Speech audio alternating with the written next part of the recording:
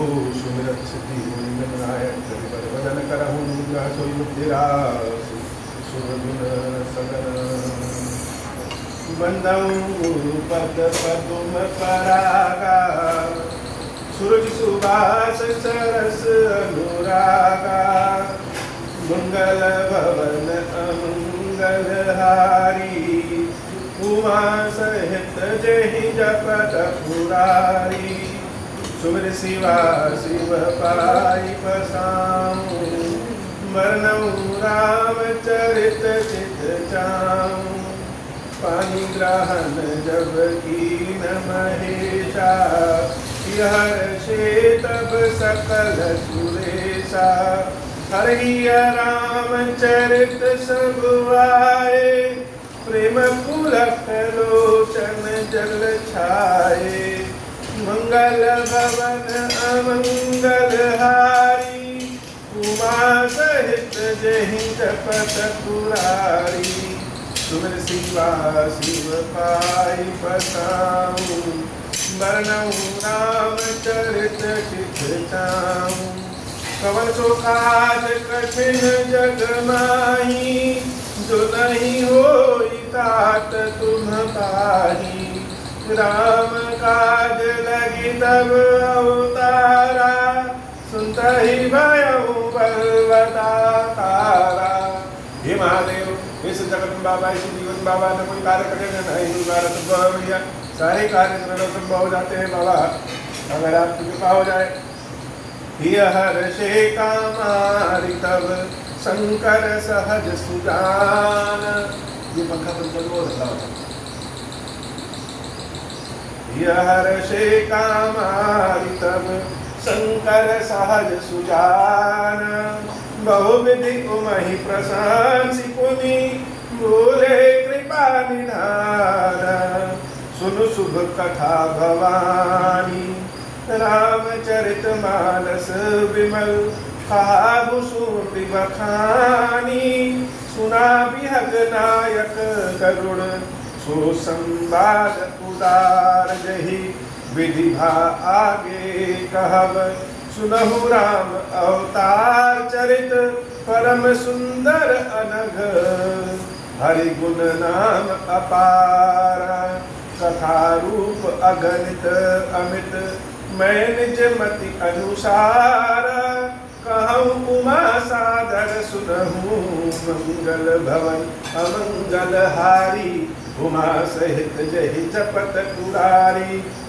सुन गिरिजा हरि चरित सुहाए विपुल विशद निगमागम गाए हरि अवतार हे तुझहि होई इद मिथ्यम कही जाई न सोई राम असाध्य बुद्धि मन बानी मत हमार अस सुनहि सयानी तदपि संत मुनि वेद पुराना जस कछु कहाई सुमति अनुमाना तस्मै सुमुखि सुनावऊं तोहि समझ परई जस कारण मोहि जब जब होई धर्म गए हानि बाढ़ई असुर अधम अभिमानी करई अनीति जाय नहीं बरनी सीधई विप्र धेनु सुर धरनी तब तब प्रभु धरि विविध शरीरा हरहि कृपा निधि सज्जन पीरा मंगल भवन अमंगल हारी उमा सहित जहि जपत पुरारी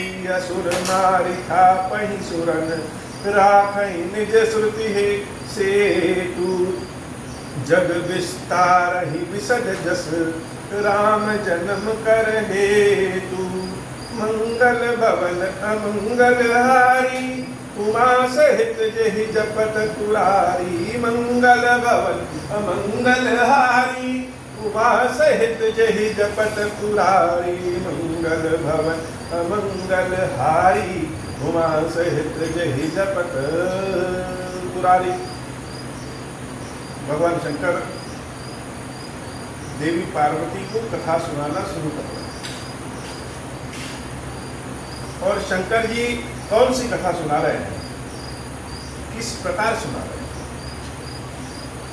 पहले तो शंकर जी कहते हैं कि सुन शुभ कथा भवानी, ये भगवान की कथा जो भी हो, जैसे भी, क्या होती है? यह बड़ी ही शुभ होती है। और जो कथा हम सुनाएंगे, रामचरितमानस विमल, कथा का नाम है रामचरितमानस। अब रामचरितमानस की कथा जो हम सुना रहे हैं, कौन सी कथा सुना रहे हैं? कहा भुसुंडी बखानी, सुना बिहग नायक गरुड़।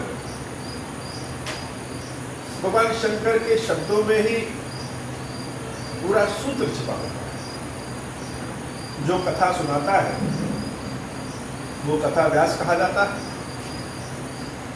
या कह सकते हैं कि पूजन कराने वाला पुजारी कह लें, आचार्य कह लें, और जो करवाता है यजमान कहा जाता है। लेकिन यहाँ पे भुसुंडी जी महाराज जो कथा सुना रहे हैं, भुसुंडी बखानी, सुना, और सुनने वाला कौन? नायक गरुड़। नायक यजमान तो है, गरुड़ यजमान तो है, लेकिन नायक क्यों नायक? मानो जितने लोग भी कथा सुनना चाहते हैं उन सब में अग्रणी कौन है? गरुड़ जी महाराज। नायक का मतलब जिसको देख करके समाज के बहुत सारे लोग उसके जैसा ही बनना चाहते हैं। तो गरुड़ जी के पास सब कुछ है। भगवान विष्णु देवी लक्ष्मी का प्रसाद है, उनकी कृपा है, इन दोनों के वो ड्राइवर हैं। उसके बाद भी भगवान की कथा सुनने एक कौवा के पास है। अर्थात जहां से भी भगवान की कथा मिले, जहां से भी मिले, उसका श्रवण करना चाहिए। अब बात यह है कि कहां से मिले कथा और कैसी मिले कथा। देवी सरस्वती का वाहन है हंस। हंस क्यों? क्योंकि कहते हैं कि दूध और पानी को मिला करके दे दे तो भी हंस दूध पी लेगा और पानी छोड़ देगा। तो मानव को, मनुष्यों को जब भगवान ने भेजा मनुष्य स्वरूप में, जीवों को जब मनुष्य स्वरूप में प्रभु ने भेजा, तो बुद्धि भी प्रदान कर दी। तो वो अलग बात है किसी की बुद्धि कम हो और किसी की ज्यादा। आज की कथा में ये कथा ना होकर के चर्चा है। शंकर जी क्या कहना चाहते हैं और आज के परिवेश में उसकी व्यवस्था क्या है, ये जो कहने जा रहे हैं ये बड़ा कठिन है। अर्थ का अनर्थ हो सकता है, समझने में थोड़ी सी भी अगर चूक हुई तो क्या अर्थ का अनर्थ हो जाए। ठीक उसी तरह जैसे लोग कहते हैं कि रोको मत जाने दो, रोको मत जाने दो, सब देखी, कहाँ रुकना कहाँ चलना, उसमें चूक हुई तो अर्थ का अनर्थ। और यह बात भगवान शंकर कह रहे हैं कि हरि गुण नाम अपार, कथा रूप अगणित अमित। भगवान के नाम जैसे अपार है, भगवान की कथा भी वैसे ही अनंत है। और अगणित है, अनंत है, और कैसी है? अमित है, मतलब मिट नहीं सकती। भगवान की कथा मिटती नहीं है। एक नई कथा, एक नई शैली बन जाती है, लेकिन इसका मतलब ये नहीं पुरानी कथा मिट गई। जो हम बोल दिए वो तो संसार में घूम रहा है, जो नया बोलेंगे वो नया वाक्य हो जाएगा, लेकिन पुराना मिटता नहीं। तो भगवान की कथा भगवान की तरह अनंत है और अमित।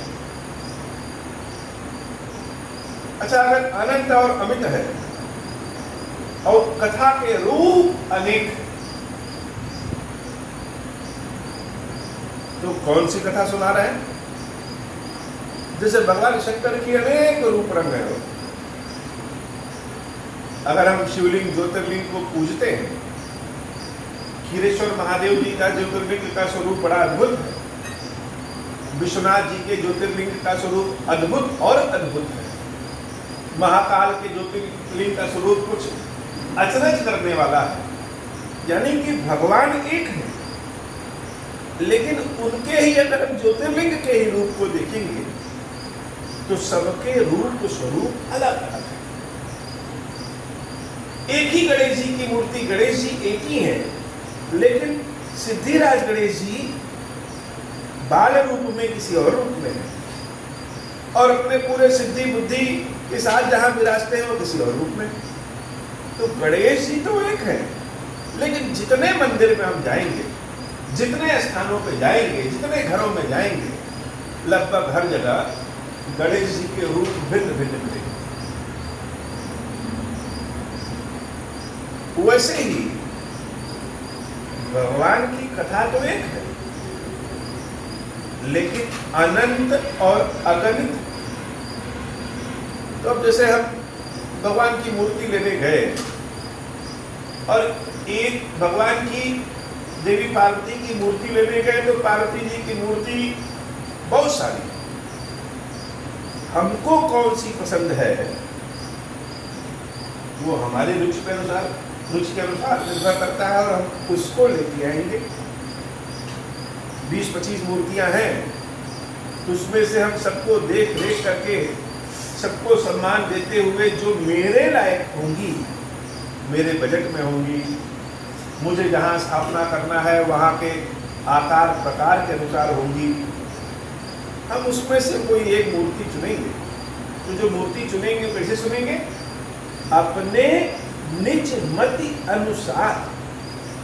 ये तो है नहीं कि पार्वती जी बोल देंगे कि नहीं हमें ले चलो, दूसरी वाली पार्वती जी कहेंगे नहीं हमको ले चलो।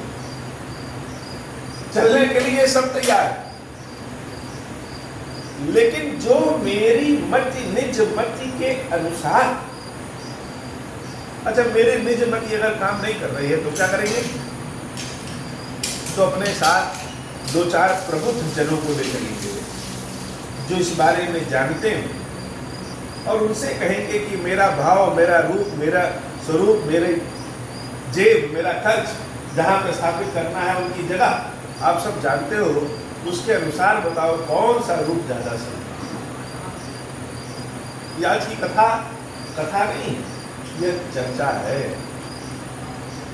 ये भगवान की कथा शुरू करने की पहले चर्चा है, भाव है, भूमिका है।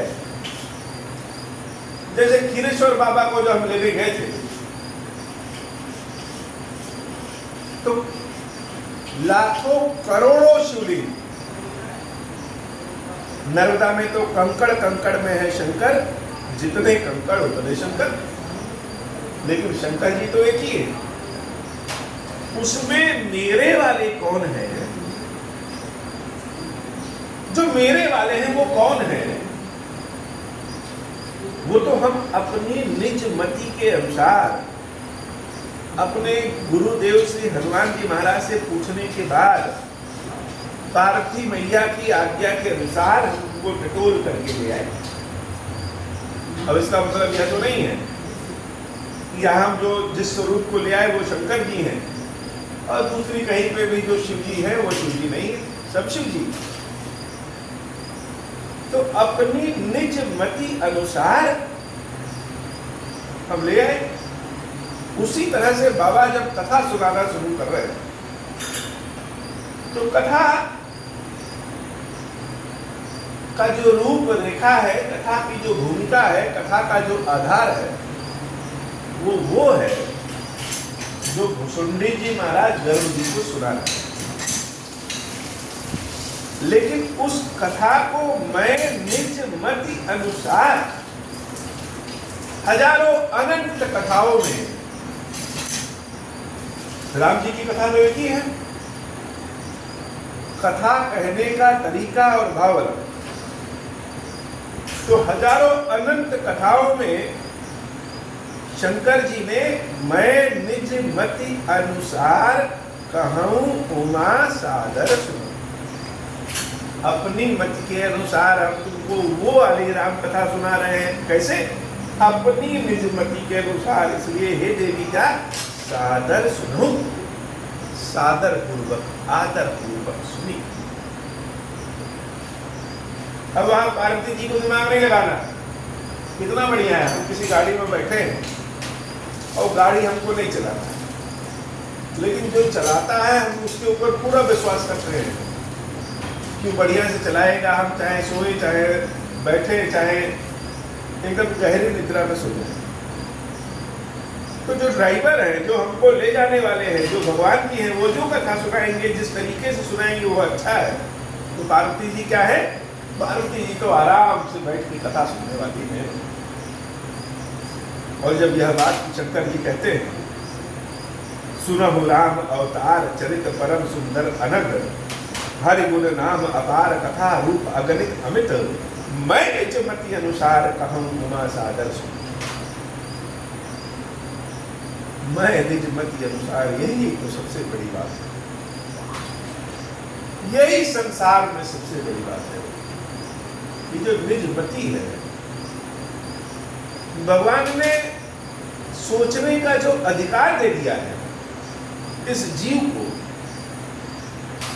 कि तुम अपनी बुद्धि लगाओ, तुम अपनी सोचो कि क्या सही है और क्या गलत है, कैसे काम करना है और कैसे नहीं करना है। यह बहुत बड़ी बात है। यही निजमति हमको भगवान से दूर भी कर देती है और यही निजमति हमको भगवान के पास भी कर देती है।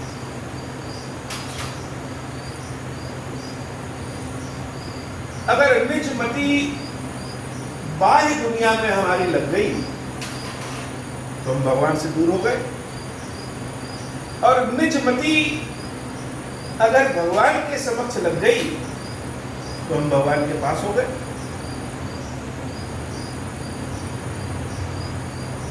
और जब पार्वती जी ने यह सोचा कि भगवान शंकर अपने अनुसार कथा सुनाएंगे, तो पार्वती जी मगन, सुनु गिरिजा हरि चरित सुहाए, विमुल विशद निगमागम गाए, हरि अवतार हेतु जही होई, इद मिथ्यम कही जाई न सोई। पार्वती जी ने पूछा कि निर्गुण ब्रह्म का सगुण रूप में अवतार क्यों हुआ? अगर भगवान ने अवतार लिया तो अवतार लेने का कारण क्या है? अच्छा, हम लोग भगवान को भगवान नहीं समझते, भगवान को जादूगर समझते। भगवान भगवान नहीं है। भगवान क्या है? भगवान जादूगर है। कि हम भगवान के सामने रोते जाते आए कि मेरे कष्ट है, और भगवान ने ऐसे हाथ उठाया, मेरे कष्ट उड़न-छू हो गए।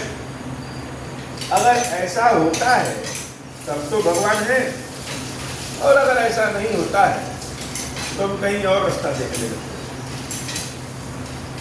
लेकिन वास्तव में भगवान का स्वरूप है कैसा? भगवान तो सहज सुजान। कैसे है? सहज है। अगर भगवान जादूगर होते कि प्रभु के समक्ष पहुंचे और भगवान ने हाथ उठाया और सब कष्ट हमारे उड़न छू, लेकिन प्रभु सब कुछ करने में सामर्थ्य है, लेकिन बड़े ही सहज है। तो सहज का मतलब क्या? सहज का मतलब यह कि जब मर्जी किया भगवान के कान को पकड़ करके ऐड करके अपना काम करा ले। जैसे कोई गर्म चीज हो और एक ठंडी चीज, दोनों को अगर मिश्रण कर दे, मिला दे, तो जो गर्म है वह ठंडी हो जाएगी और जो ठंडा है वह गर्म हो जाएगी। ऐसे ही अगर किसी विग्रह की हम पूजा करते हैं, निर्गुण ब्रह्म की हम पूजा करते हैं, और हमारे अंदर यह चेतना है कि ईश्वर है, उनकी सेवा पूजा करनी है, तो वो ईश्वर जो सहज है,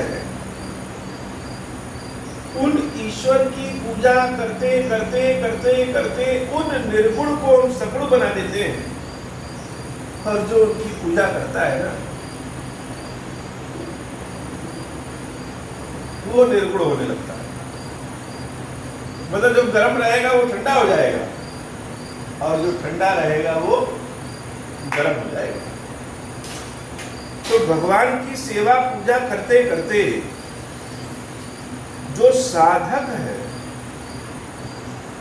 वो सहज होने लगता है, अर्थात कष्ट का प्रभाव नहीं पड़ता उसके ऊपर, सुख का प्रभाव नहीं पड़ता उसके ऊपर, दुख का प्रभाव नहीं पड़ता उसके ऊपर, मान का प्रभाव नहीं पड़ता उसके ऊपर, अपमान का प्रभाव नहीं पड़ता उसके ऊपर।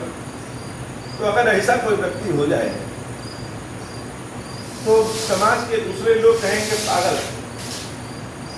पागल हो गया है। प्रभु के समक्ष जब हम जाते हैं और प्रभु से मांगे क्या,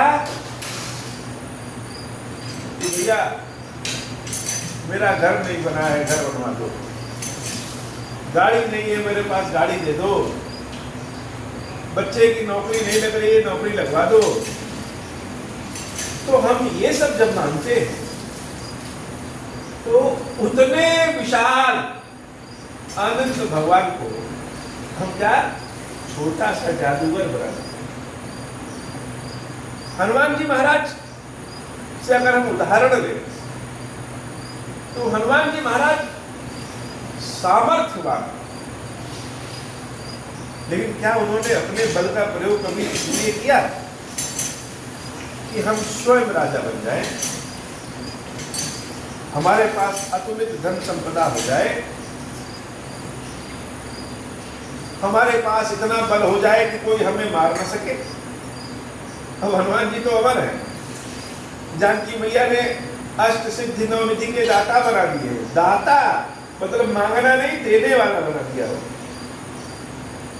उसके बाद भी हनुमान जी के भीतर कभी यह इच्छा नहीं जागृत हुई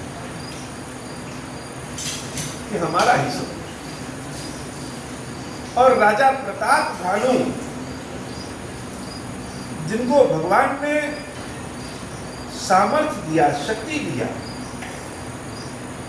तो उनके मन में ऐसी इच्छा जागृत हुई कि ऐसा करें कि कल्पों तक हमारा साम्राज्य चलता रहे, हमारी मृत्यु ही न हो।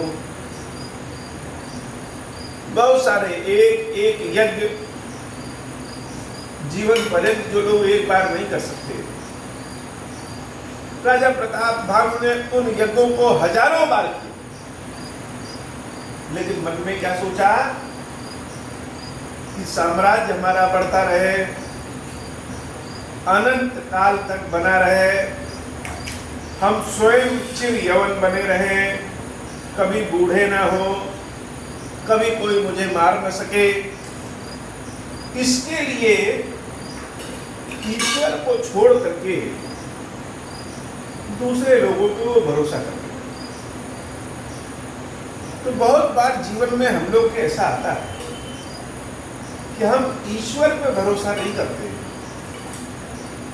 और किसी ऐसे ज्ञान तंत्र में फंस जाते हैं, टोटका तंत्र में फंस जाते हैं, किसी और तंत्र में फंस जाते हैं।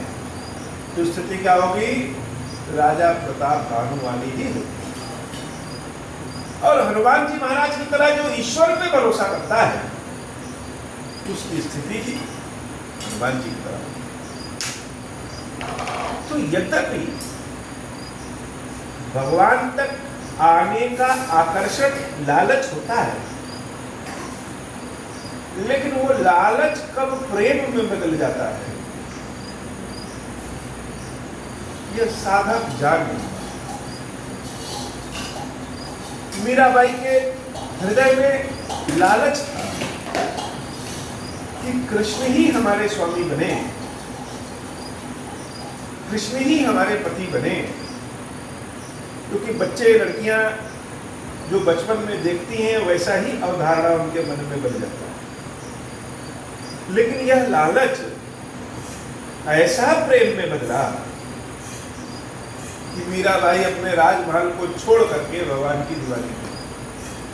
अब समाज के लोग तो कोई ऐसा करे तो समाज से बहिष्कृत। हमारे घर की अगर बच्ची कोई मीराबाई बनना चाहे, हम तो ना बनने दें। मीराबाई को पढ़ने सुनने में तो बड़ा अच्छा लगता है, लेकिन जब बात हमारे ऊपर आ जाए और हमारे घर के कोई लोग, हमारे घर की कोई कन्या अगर इस तरह से मीराबाई की तरह बावरी हो जाए तो लोग क्या करेंगे? अर्थात प्रेम ऐसा धन है जिसमें व्यक्ति सब कुछ छोड़ देता है। तो ये हो सकता है कि हम लालच उस भगवान के पास आए, लेकिन उन करोड़ों लोगों में किसी एक पे भगवत कृपा प्राप्त होती है कि व्यक्ति लालच छोड़ करके प्रेम के जाल में उलझ जाता है। किससे प्रेम? भगवान से प्रेम। और भगवान से प्रेम जिसको हुआ वह सामाजिक जीवन से बहिष्कृत हो जाता है। एकाध उदाहरण ऐसे मिलेंगे जो सामाजिक जीवन में रहते हुए भी भगवान के प्रेम में उलझा है। तो बड़े गूढ़ लोग हैं, जैसे महाराजा अम्बरीश, महाराजा जनक, कृष्ण जी के साथ स्वयं अर्जुन।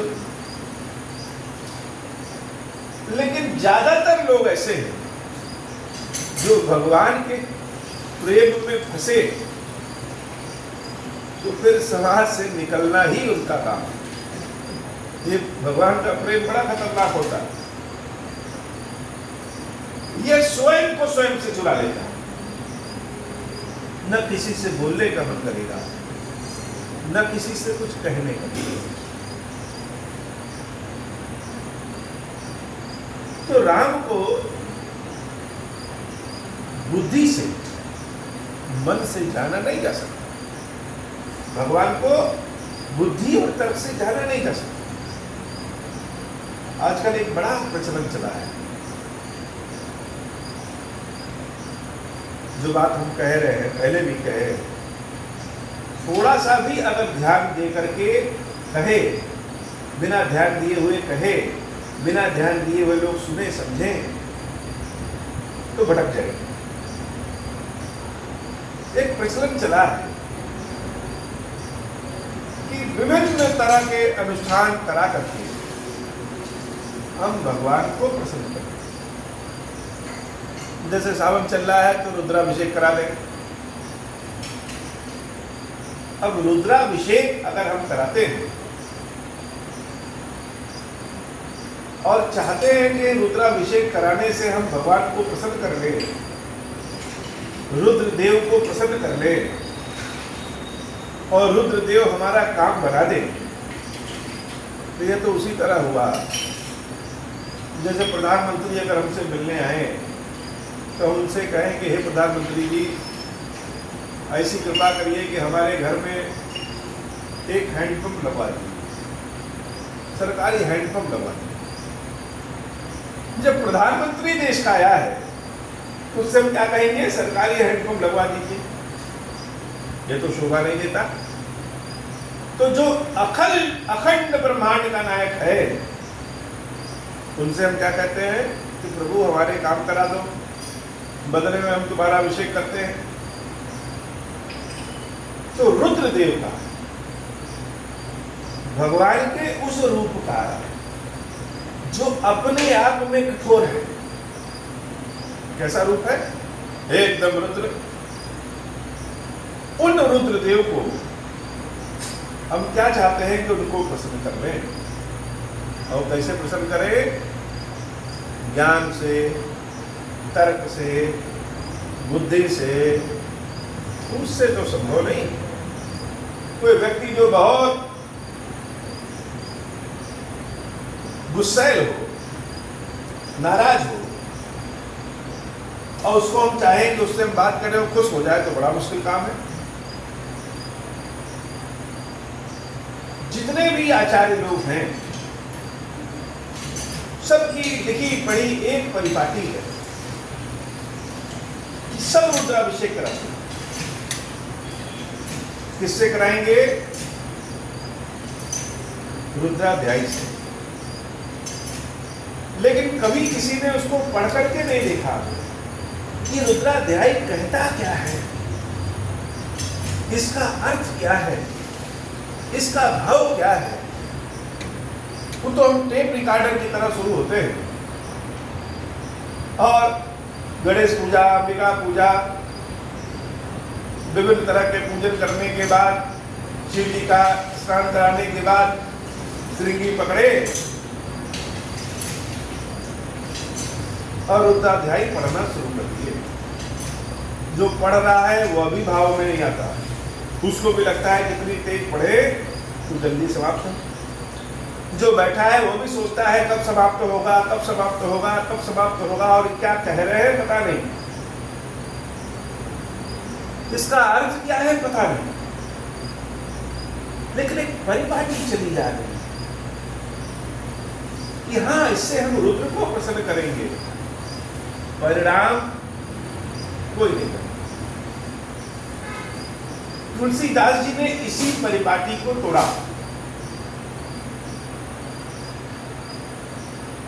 तुलसीदास जी संस्कृत के बड़े विद्वान, और संस्कृत में पढ़ना और लिखना, याद करना बड़ा आसान होता है। बहुत बड़ी चीज हो संस्कृत में एक लाइन में कह सकते। तो तुलसी बाबा ने क्या किया, जब संस्कृत में रामचरितमानस लिखना शुरू किया तो रात में जो लिखते सवेरे मिट जाता, फिर रात में जो लिखते फिर सवेरे मिट जाता। यह क्या हो गया? तो शंकर पार्वती प्रसन्न हुए और रात्रि में स्वप्न में बताए। इस भाषा में, उस भाषा में जिस भाषा का ज्ञान अज्ञानी लोगों को भी हो। भगवान तो सहज है, राम तो सहज है। जो लोग राम तक नहीं पहुंच सकते, राम अपना राजपाट छोड़ छाड़ के उन तक पहुंच जाते। तो तुलसी बाबा ने अवधी भाषा में रामचरितमानस लिखा। अब जरा सोच विचार करके देखिए, आज अगर रामचरितमानस ना हो तो कितने लाखों लोग भूखे मर जाए।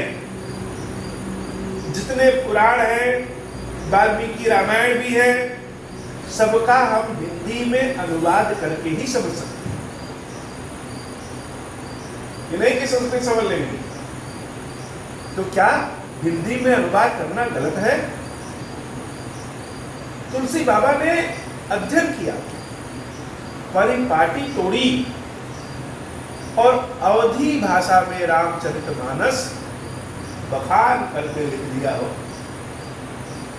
सारे विद्वान लोग, ब्राह्मण लोग सब नाराज हो गए। ये क्या कर दिया? अरे इसने तो देवता का अपमान कर दिया, इसने तो राम कथा को एकदम नरक बना दिया। क्यों? क्योंकि अगर राम कथा सहज रूप से सब तक पहुंच जाए तो विद्वानों को पूछे ही कौन? कौन पूछेगा? ऐसे ही अगर हम कोई पूजा कराते हैं तो यजमान इसलिए पूजा कराते हैं कि भगवान प्रसन्न हो जाए, और आचार्य इसलिए पूजा करते हैं कि यजमान प्रसन्न हो जाए। आचार्य का लेन देन यजमान से और यजमान का लेन देन भगवान से। जो मंत्र हम पढ़ रहे हैं, जो मंत्र हम सुन रहे हैं, जो परिपाटी हम सुन रहे हैं, उसका आज के व्यवहारिक जीवन से कोई लेना देना हो ऐसा हम समझ नहीं पाते।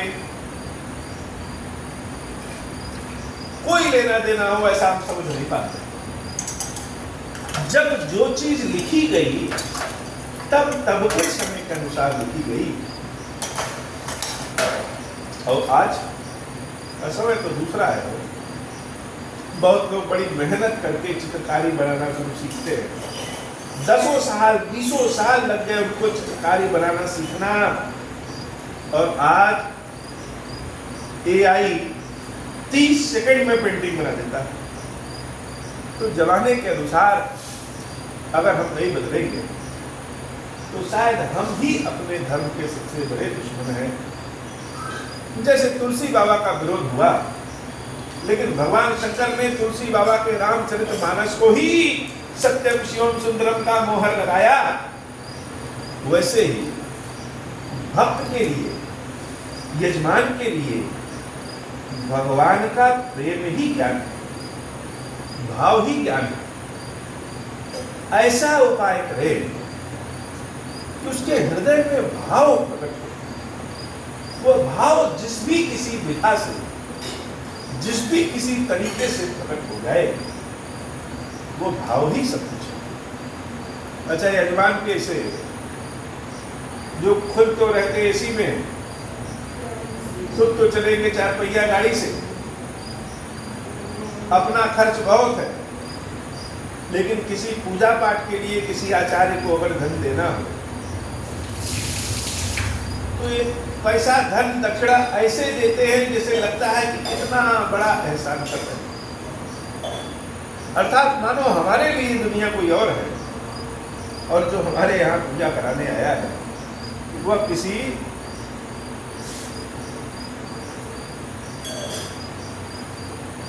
और दुनिया में। तो कैसे कोई भगवान के समक्ष आए, कैसे इन विधाओं के पास आए, क्या करें, कौन सा तरीका चुनें, क्या सही है, क्या गलत है, भगवान के पास कौन सा मंत्र सुनाएं। कोई कुछ कहता है, कोई कुछ कहता है, कोई कुछ कहता है। शंकर जी क्या कहते हैं? शंकर जी कहते हैं इद मिथ्यम कही जाई न सोई। कोई भी इसमें तरीका गलत नहीं है। शंकर जी की विधा किसी को गलत नहीं कहना, कोई भी तरीका गलत नहीं है। समय के अनुसार, परिस्थिति के अनुसार सारी कथा सही है। लेकिन हम कौन सी कथा सुनाएंगे? मैं निज मति अनुसार कहूं उमा। सर देखिए, सादर सुनना, अपनी अकल न लगाना, कथा सादर सुन। तो भगवान का अवतार क्यों? देवी ने पूछा कि भगवान का निर्गुण ब्रह्म का अवतार क्यों? आवश्यकता क्या है भगवान के अवतार? भगवान तो भगवान, क्षीर सागर से ही हाथ उठाए और सब समाप्त। सबके जीवन और मृत्यु की जो डायरी है यमराज के हाथ में है। और कोई बहुत पाप कर रहा है तो भगवान वहीं बैकुंठ से यमराज को कहें कि ऐसा करो, इसकी उम्र 100 साल लिखे हो, 20 साल करो। आने की जरूरत क्या है? वही सब कुछ कर सकते हैं। तो शंकर जी कहते हैं राम अतार्य बुद्धिमान बानी। राम जी कैसे? बुद्धि से, मन से और वाणी से अतर्क हैं, उनके बारे में नहीं बता सकते। मत हमार अस सुनहि सयानी। लेकिन यहाँ पे फिर बात आ गई कि अगर आप कथा सुनना मुझसे चाहती तो मैं अपने मत के अनुसार बता रहा हूं। यद्यपि आप बुद्धिमान हैं, सयानी। कैसी है देवी? देवी तो सयानी है, लेकिन सादर सुनहूं। अगर शंकर पे भरोसा किया है तो जो शंकर कह रहे हैं वही सत्य मानो।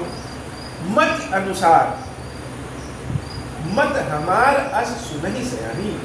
मेरा ऐसा मत है। यद्यपि संतों ने, वेदों ने, पुराणों ने और बहुत सारे लोगों ने भी कहा है, फिर भी तदपि संत मुनि वेद पुराना जस कछु कह स्वमति अनुमान। भगवान शंकर बार बार इस मति पे आए, स्वमति स्वमति स्वमति। कौन तरीका सही हो भगवान की पूजा करने का? स्वमति। ऐसा हम नहीं कह रहे, ऐसा शंकर जी कह रहे हैं। सत्यम शिवम सुंदरम। जो भगवान शंकर कहते हैं वही सत्य है, वही शिव है और वही सुंदर है। हर जगह सुमति ही आ रहा है। अगर कोई भगवान की सेवा उनको खीर खिला के कर रहा है वो भी सही है। अगर कोई भगवान की सेवा उनको बर्गर और चाउमीन खिला के कर रहा है वो भी सही है। जब कोई बच्चा किसी शिक्षक के पास आता है तो अपनी बुद्धि लेके आता है, लेकिन शिक्षक उसके अंदर जैसा गुण देखता है उस अनुरूप विद्या दे करके उसको बदल सकता है।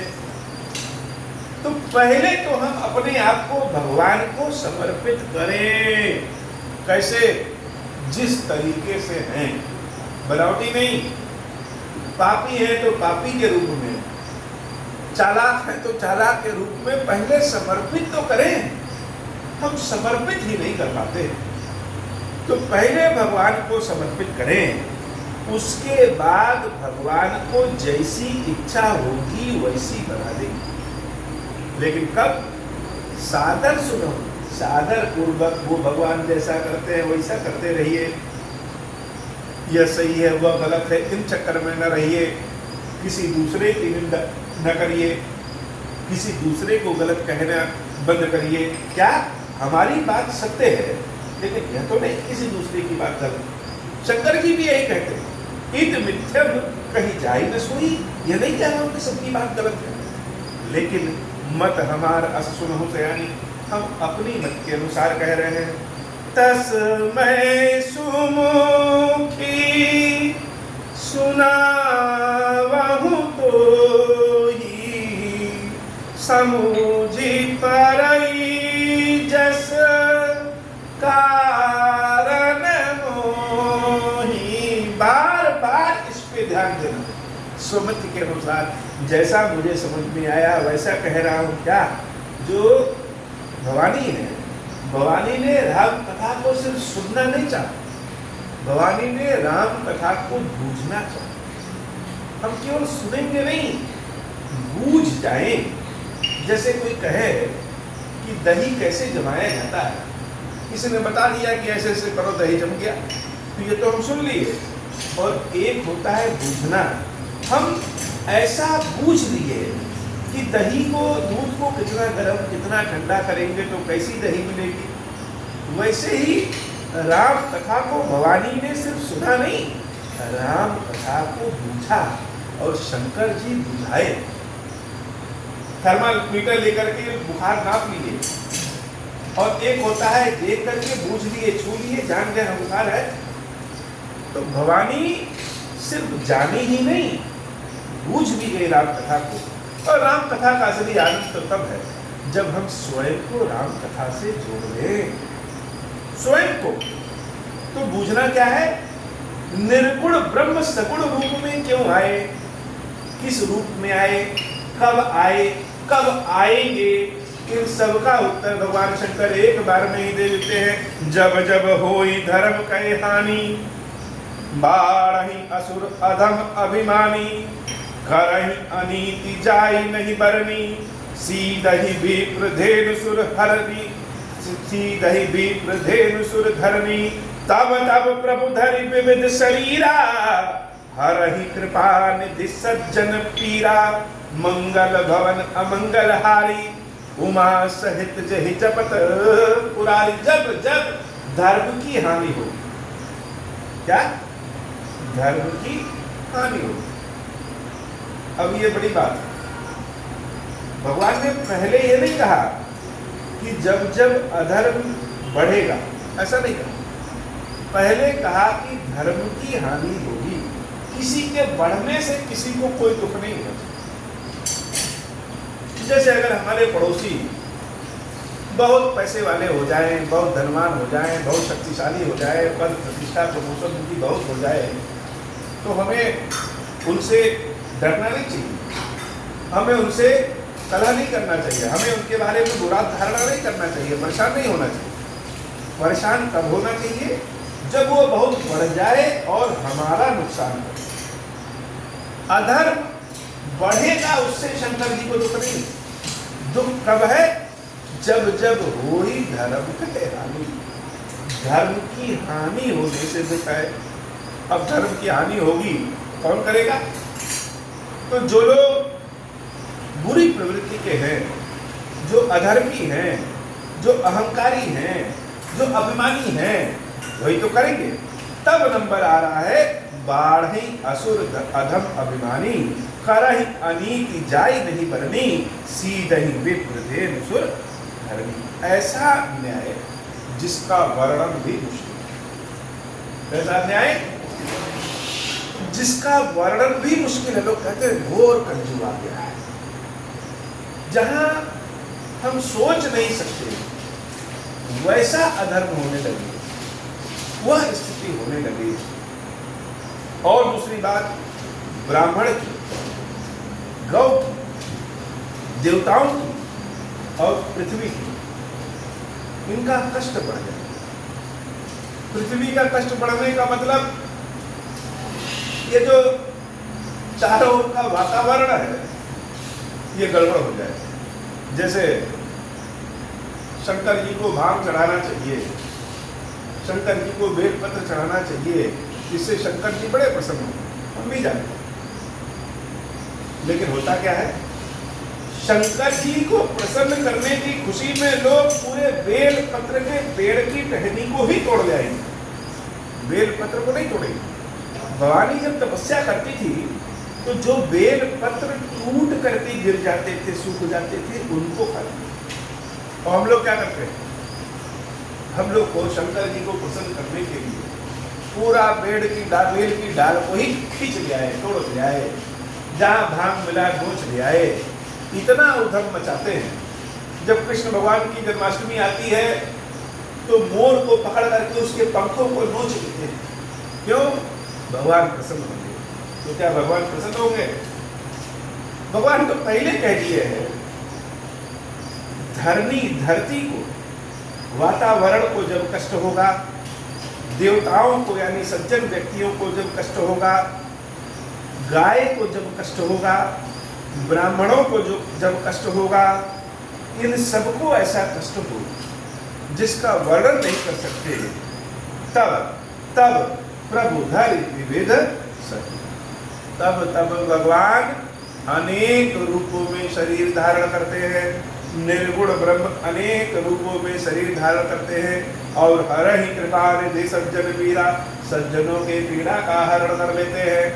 भगवान कभी वाराह रूप में, कभी नरसिंह रूप में, कभी राम रूप में, कभी कृष्ण रूप में, कभी परशुराम रूप में, कभी किसी रूप में हो।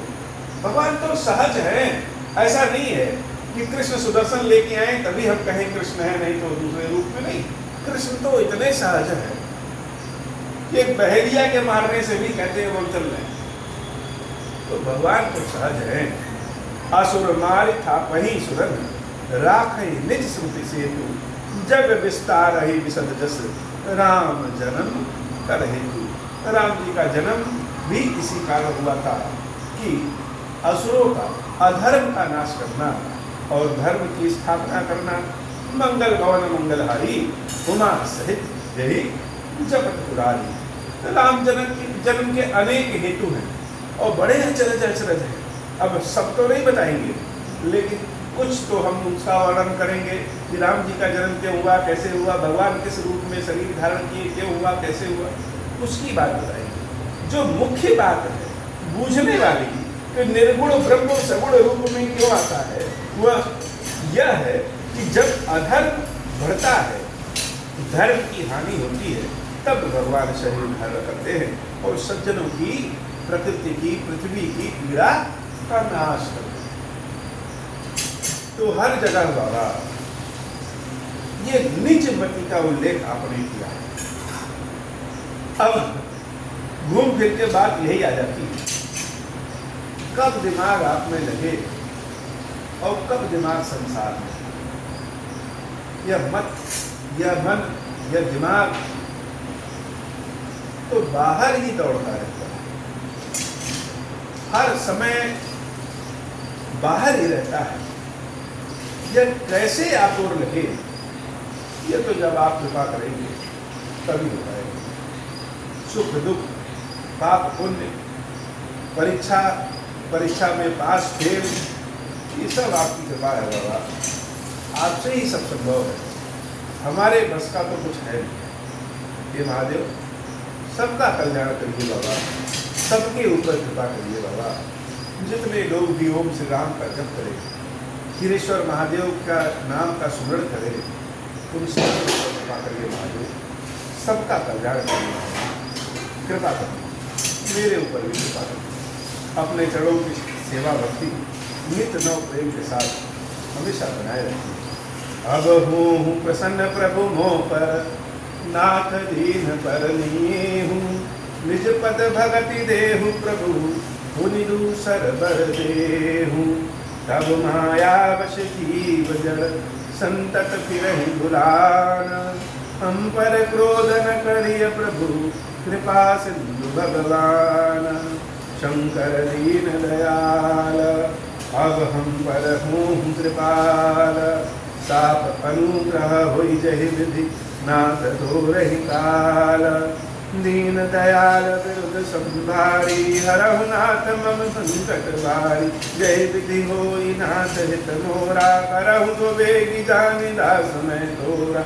राम राज लय के त्रैलोकार सिद्ध भय, गए सब सो काजे सकाम नर सुगहि जय गावै। शुभ दंपति नाना विधि पावहि, जो इच्छा करि हो मन माहि। हरि प्रसाद कछु दुर्लभ नाही, मंगल भव मंगल हारी। उमा सहित जय जपत पुरारी, बोल श्री खीरेश्वर महादेव जी, खीरेश्वरी मैया जी की गाही जय हो। खीरेश्वरम हे भगवान शंकर, आप ऋण पातक दुर्भाग्य और दरिद्रता की निवृत्ति के लिए तथा संपूर्ण पापों का नाश करने के लिए मुझ पर प्रसन्न होइए। मैं दुख और शोक की आग में जल रहा हूँ, संसार भय से पीड़ित हूँ, अनेक प्रकार के रोगों से व्याकुल और दीन हूँ। खीरेश्वर मेरी रक्षा कीजिए। देव देवेश्वर सबको निर्भय कर देने वाले महादेव जी, मेरी इसकी हुई पूजा को पार्वती जी के साथ ग्रहण कीजिए, मेरा मंगल करिए। महादेव शंभु महादेव शंभु महादेव शिव शंभु। ओम श्री राम।